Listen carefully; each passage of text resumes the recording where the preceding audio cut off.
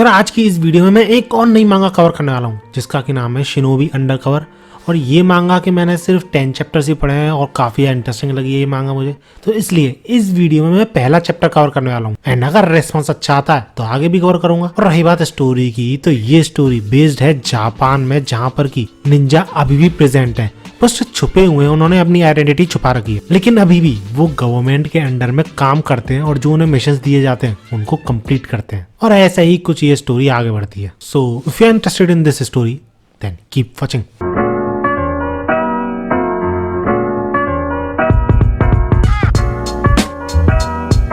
सो story की starting होती है अपने मेन प्रोटैगनिस्ट से, जो कि अपने एक मिशन के ही दौरान काफी सारे फाइटर्स को ढेर कर चुका होता है। और हमें नरेटर के थ्रू ही बताया जाता है कि ये जो निंजाज हैं वो एक ऑर्गेनाइजेशन के अंडर में काम करते हैं जो कि गवर्नमेंट के अंडर ही आती है, और उस ऑर्गेनाइजेशन का नाम है Ninja public safety force. And surprising is इस फोर्स में कोई भी एज लिमिट नहीं है, यानी किसी भी एज का बच्चा या फिर किसी भी एज का एडल्ट इन सारे मिशंस में पार्ट ले सकता है अगर वो सम काइंड ऑफ निंजा के क्राइटेरिया को फुलफिल करता है। और इसी वजह से अपना मेन प्रोटैगनिस्ट जो है उसकी एज काफी छोटी है, एक मिडिल स्कूल के बच्चे जितनी है। और जिस मिशन की मैं अभी बात कर रहा था, जिसके दौरान इन सारे फाइटर्स को इसने ठिकाने लगाया है, इस मिशन में इसे एक पॉलिटिशियन को बचाना था। और रही बात कोड नेम की, तो इसका नाम है योडका या फिर योडा का, तुम कुछ भी बोल सकते हो। अब ये निंजा है तो काफी स्ट्रॉन्ग, लेकिन सिर्फ एक कमजोरी है इसकी, एक कम्युनिकेशन, किसी भी तरीके का इंटरेक्शन नहीं कर पाता लोगों के साथ, स्पेशली स्ट्रेंजर्स के साथ जिनसे कि कभी नहीं मिला है। लिटरली 5 मिनट में रेस्क्यू टीम पहुंचने वाली थी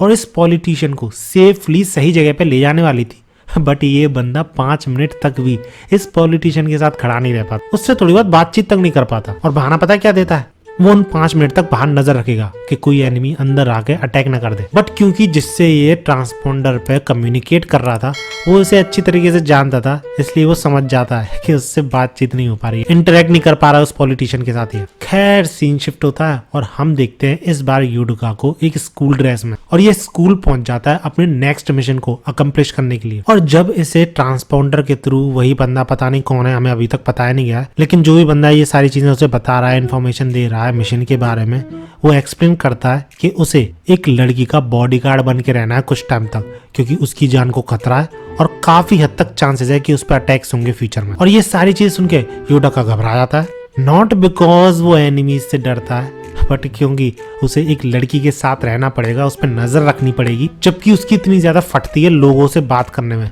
और ये तो फिर भी इसकी एज की ही लड़की है। और इसी वजह से ये आर्ग्यू कर रहा होता है ट्रांसपोंडर पे अपने पार्टनर से। और इतने में ही एक गाड़ी स्कूल के बाहर पहुंचती है, रुकती है, और उसके अंदर से निकलती है काफी सुंदर लड़की। अब ये लड़की इतनी ज्यादा अमीर है तो एटीट्यूड तो बनता था, लेकिन ये काफी ज्यादा क्लमजी थी लड़की। सिर्फ गाड़ी से बाहर निकलने में 3 ठोकरें खा जाती है और गिर जाती जमीन पर। और वो पार्टनर योडका को ट्रांसपोंडर पे बताता है कि यही लड़की है जिसकी की उसे हिफाजत करनी है, जिसका की नाम है आओई मोकाई। अब ये चीज जानने के बाद योडका की फट जाती है, क्योंकि एक तो पहले से उसे प्रॉब्लम हो रही थी कि किसी लड़की को उसे प्रोटेक्ट करना पड़ेगा, जबकि वो लड़कों से तक बात नहीं कर सकता। ऊपर से ये लड़की इतनी ज्यादा केयरलेस है, चलते फिरते ऐसे गिर जा रही है। खैर इसके बाद वो लड़की अपना सामान उठाती है और वहां से चल देती है, लेकिन जब उसी जगह पे योडका जाता है तो उसे दिखता है एक की रिंग जो कि उस लड़की का था, वो वहां पे भूल गई थी। एंड इसी चीज का वो पार्टनर जो कि ट्रांसपोंडर पे था योडका से फायदा उठाने को बोलता है कि यार अच्छा हुआ उसका सामान गिर गया, अब तुम उसको वापस लौटाते समय अपने आप को इंट्रोड्यूस कर सकते हो।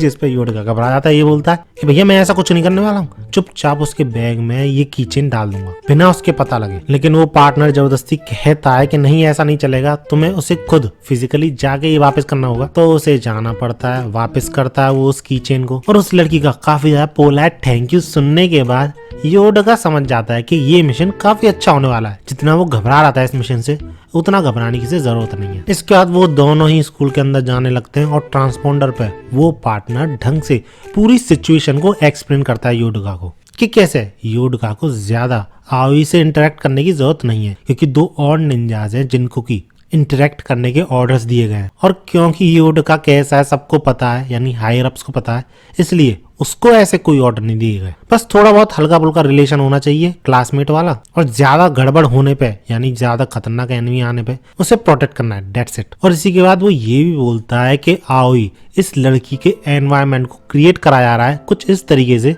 that she would feel he is a normal high schooler, यानी इस लड़की यानी आओई को बिना पता लगे इन तीनों निंजास को प्रोटेक्ट करना है और साथ ही साथ ऐसा बिहेव करना है कि ये तीनों उसके दोस्त हैं, जिसमें से ये लड़की तो उसकी फ्रेंड बनेगी और ये लड़का बॉयफ्रेंड बनेगा उसका। ये प्लान किया गया है आने वाले 3 सालों में, यानी 3 साल का होता है ना मिडिल स्कूल, उस टाइम के अराउंड इन दोनों का ये गोल है। और हाँ, योड का जो नेम है वो इसका कोड नेम है, स्कूल में सब इसे यू बुलाएंगे। और same goes for these ninjas, इसका कोड नेम है हिवारी, लेकिन स्कूल में सब इसे काना बुलाएंगे।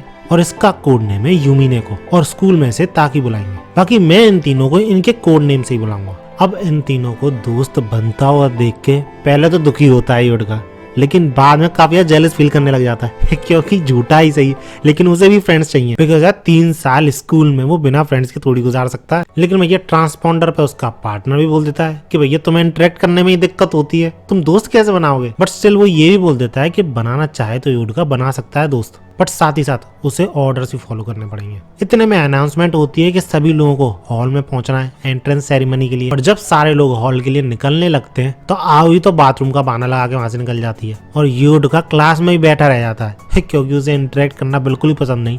एंड बाय चांस अगर वो हॉल में लास्ट में घुसता है तो सारे लोग उसी की तरफ देखेंगे, और ऐसा वो बिल्कुल भी नहीं चाहता। इतने में आवी जब क्लासरूम में पहुंचती है तो वो देखती है कि योड का अकेला बैठा है और उसे कुछ ऐसा फील आता है कि योड का और वो सेम है। उन दोनों को ही एंट्रेंस सेरेमनी में जाने में बिल्कुल भी इंटरेस्ट नहीं है, जिस वजह से आवी पूरे स्कूल का राउंड लगाने की बोलती है। तो योडका को भी उसके पीछे जाना पड़ता है because she is the assignment, और योडका को किसी भी हालत में उसे प्रोटेक्ट करना होगा। और जब हिवारी पूछती है ट्रांसपोंडर पे ही कि अभी तक असाइनमेंट यानी ये लड़की आई नहीं है वहाँ पर हॉल में, तो वो बंदा ट्रांसपोंडर से बोलता है कि कोई दिक्कत की बात नहीं है, योडका उस लड़की के साथ है तो डरने की कोई बात नहीं है। और इस चीज से ये लड़की काफी इम्प्रेस्ड, क्योंकि योडका काफी ज्यादा फेमस था एटलीस्ट अपने एज के निंजाज में, क्योंकि सिर्फ अपनी ही एज नहीं, योडका इस टाइम के जितने भी निंजाज हैं उनमें सबसे ज्यादा स्ट्रॉन्ग और सबसे ज्यादा स्किल्ड माना जाता है। खैर योडका और आवी इधर उधर घूमते हैं स्कूल में, और इसी दौरान ये लड़की इधर उधर गिरती रहती है। इसके बाद उस लड़की के पूछने पे योडका बताता है कि क्यों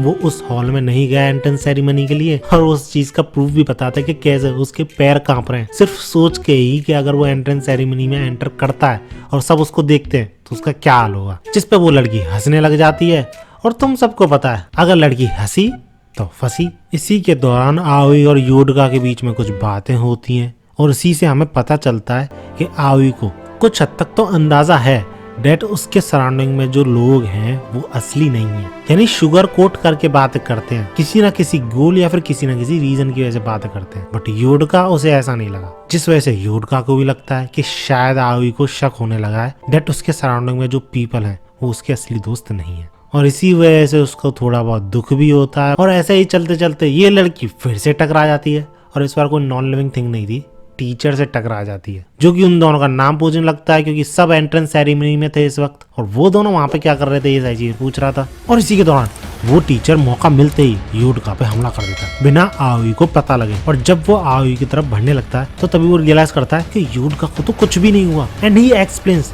किसी भी तरीके के ड्रग का उस पर असर नहीं हुआ, जो देख के उस बंदे के पसीने छूटने लग जाते कि भैया ये है कौन। और दूसरी तरफ योडका भी कंफ्यूज था कि उसे अब क्या करना चाहिए, क्या ये टीचर सही में कोई टीचर है या फिर कोई तरीके का एनिमी है, आयु को हार्म पहुंचाने आया है। और इसका कंफ्यूजन दूर करता है उसके ट्रांसपोंडर पे प्रेजेंट उसका पार्टनर, और तुरंत ही उसे ऑर्डर देता है उस बंदे को ठिकाने लगाने का। और भाई साहब जो कराटे चॉप योडका मारता है इस बंदे पे, इसका सर धड़ से अलग हो जाता है। एटलीस्ट उस आदमी को फील तो ऐसा ही होता है कि अगर वो अटैक लैंड कर जाता उस पर तो उसका यही हाल होता, क्योंकि इन रियलिटी योडका बीच में ही रुक जाता है बिकॉज ऑफ आवी।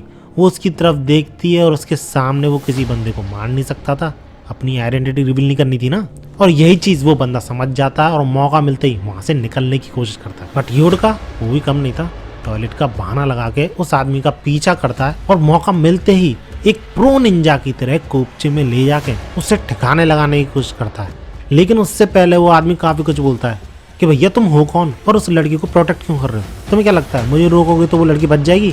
तुम्हें पता नहीं है उस लड़की पे बहुत बड़ा इनाम है अंडरवर्ल्ड में, मैं नहीं मार पाया तो और भी लोग आएंगे, और तुम भी क्यों प्रोटेक्ट कर रहे हो, कितने पैसे मिलने हैं तुम्हें, मैं तुम्हें डबल देता हूँ। बट योडका भी like it's not about money.